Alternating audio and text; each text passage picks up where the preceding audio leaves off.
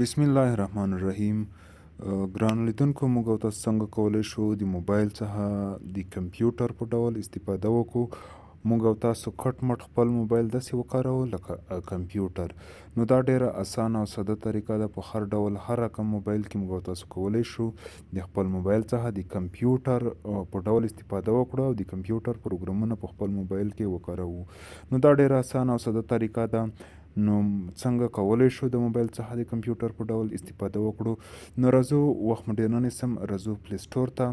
نو کله چې موږ او تاسو پلی سټور خلاص کړو، زه پلی سټور درته خلاصوم. دلته موږ او تاسو لیکو Win7SIMU. کله مو چې دا ولیکل، تاسو ګورئ زه پلی سټور کې دغه نامه لیکم. کله مو چې دا ولیکلو، په دې طریقه سره موږ یو اپلیکیشن د پلی سټور څخه را اخلو. د اپلیکیشن نوم ده Windows7SIM.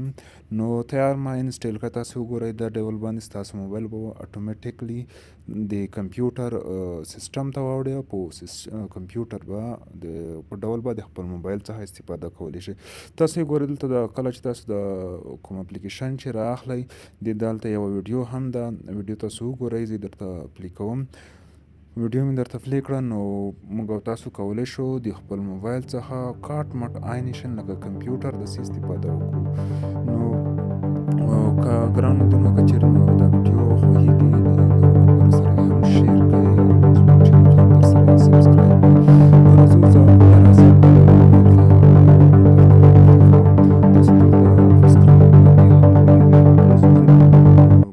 موبایل کې درته ښکاره کوم چې په مکمل ډول سره تاسو وکتلی شئ چې څنګه موږ او تاسو کولی شو د خپل موبایل څخه د کمپیوټر په ډول استفاده کوو. نو ما تیار اپلیکیشن انسټال کړی ده، اوپن کوو یې. تاسو وګورئ، کله مو چې اوپن کړ، نو دلته زموږ کمپیوټر وګورئ اوس سټارټ کیږي. Windows 7 سټارټ کیږي، هغه د روانه ده. نو زموږ او تاسو موبایل چې ده دته اماده کیږي چې د کمپیوټر سیسټم ته واوړي، عین شان لکه کمپیوټر داسې استفاده کوي. تاسو وګورئ دلته دوه اپلیکیشن دوه اپشن یې درکوي. یو که چیرې تاسو یوزر لرئ او که چیرې یې نه لرئ. نو که چیرې مو یوزر لرلو، پاس یوزر نیم او لاندې پاسورډ به ورکئ. نو په دې طریقه سره به تاسو وکولی شئ چې خپل کمپیوټر ته داخل شئ. که چیرې مو یوزر نه لرلو، نو څنګه کولی شو چې خپل کمپیوټر ته داخل شو؟ د بکس نشان ګورئ، زه درته پې کلیک کوم. نو کله مو چې په دې باندې کلیک وکړ، نو بیا هم کولی شو چې تاسو خپل کمپیوټر ته داخل شو او د خپل کمپیوټر څخه استفاده وکړو. نو تاسو اوس ګورئ کوم ډول باندې کمپیوټر کار کوي، هماغه ډول هماغه طریقه باندې به زموږ ستاسو موبایل هم کټ مټ لکه عین شان کمپیوټر. تاسو ګورئ ډرامونه وګورئ، هر څه وګورئ، عین شان کمپیوټر ده. راځو مینو ته راځو، هر څه وګورئ، آل پروګرامز وګورئ، هر ډول هر اپلیکیشن هر سیسټم کټ مټ هماغه کمپیوټر ده. نو موږ تاسو کولی شو د خپل موبایل څخه په اسانۍ سره کمپیوټر جوړ کړو. نو په دې طریقه سره موږ کولی شو خپل موبایل د کمپیوټر په ډول وکاروو. نو ګرانو لیدونکو، که چیرې مو دغه ویډیو خوښه شوې وي، د ویډیو د نورو ملګرو سره هم شریکه کړئ او زموږ چینل هم در سره سبسکرایب کړئ، ترڅو په راتلونکي کې دې ته ورته نورې ښایسته ویډیوګانې هم ستاسو لپاره جوړې کړو، او ترڅو تاسو او ستاسو ملګري زموږ له ویډیوګانې څخه استفاده وکړي. نو ویډیو در سره شیر هم کړئ او چینل مو هم سبسکرایب کړئ.